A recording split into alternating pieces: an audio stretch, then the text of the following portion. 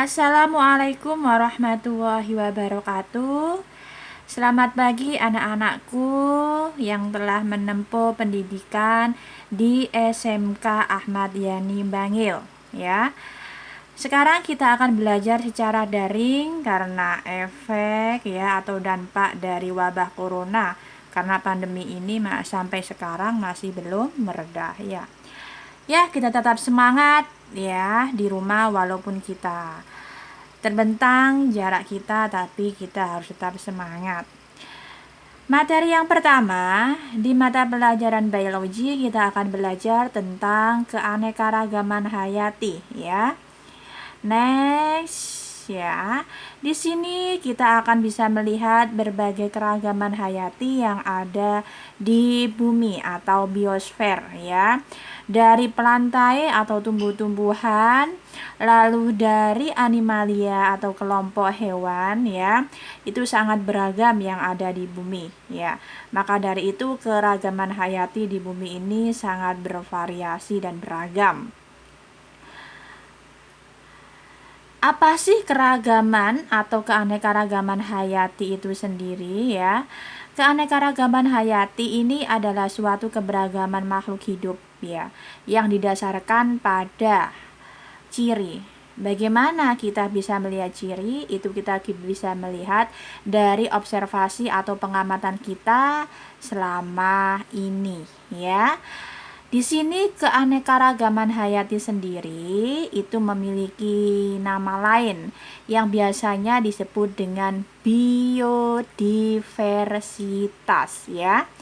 Dan keanekaragaman hayati sendiri di sini dibedakan menjadi 3. Yang pertama kita tahu yakni dari tingkat gen. Yang kedua tingkat individu, yang ketiga keragaman dari tingkat ekosistem. Nah, sekarang kita akan belajar dari macam-macam biodiversitas atau keanekaragaman hayati. Kita mulai yang pertama dari tingkat gen ya. Untuk tingkat gen ya, itu adalah keberagaman dari tingkat genetik, di mana di sini ada keberagaman dari susunan gen. Misalkan kalau kita melihat dalam satu wilayah di situ ya, kita melihat bermacam orang yang memiliki perbedaan rambut. Ada yang berambut keriting, ada yang berambut ikal atau berambut lurus ya. Atau bisa juga kita melihat dalam satu keluarga itu juga ada keragaman dari tingkat genetik.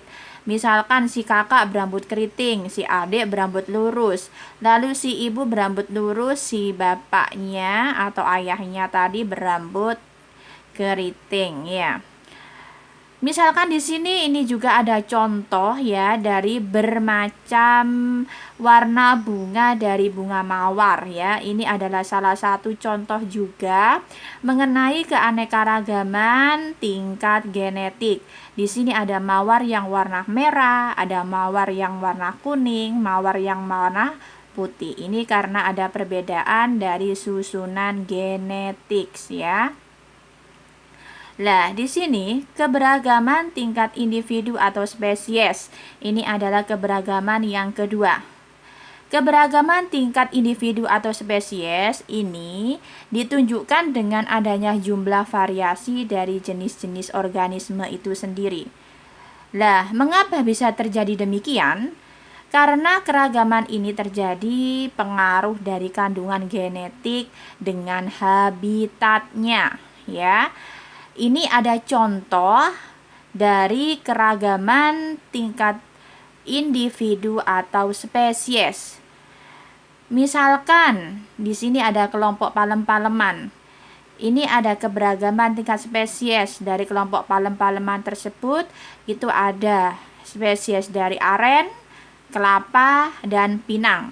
Tapi mereka masih dalam satu kelompok palem-paleman, ya. Ini contoh dari keberagaman atau variasi dari tingkat spesies.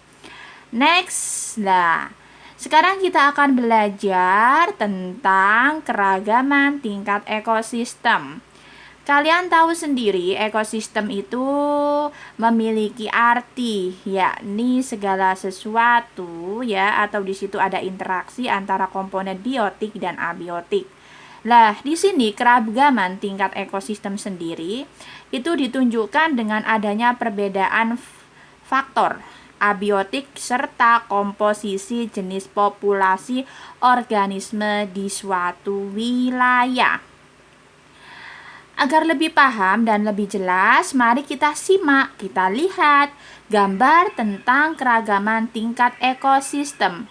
Misalkan di sini ada keberagaman tingkat ekosistem, yakni ekosistem ya yang ada di daerah tundra. Lalu ada ekosistem yang ada di daerah gurun, ekosistem laut dan ekosistem hutan ya. Dari keempat gambar ini itu adalah contoh keberagaman tingkat ekosistem. Nah, jika tidak ada pertanyaan dari anak-anakku sekalian ya, mari kita coba mengerjakan feedback ya, atau umpan balik ya. Saat sampean mendengar penjelasan dari Bu Mita, sekarang waktunya sampean mengerjakan soal-soal yang sudah ada berikut ini. Selamat belajar anak-anakku di rumah, tetap semangat. Salam dari Bu Mita. Wassalamualaikum warahmatullahi wabarakatuh.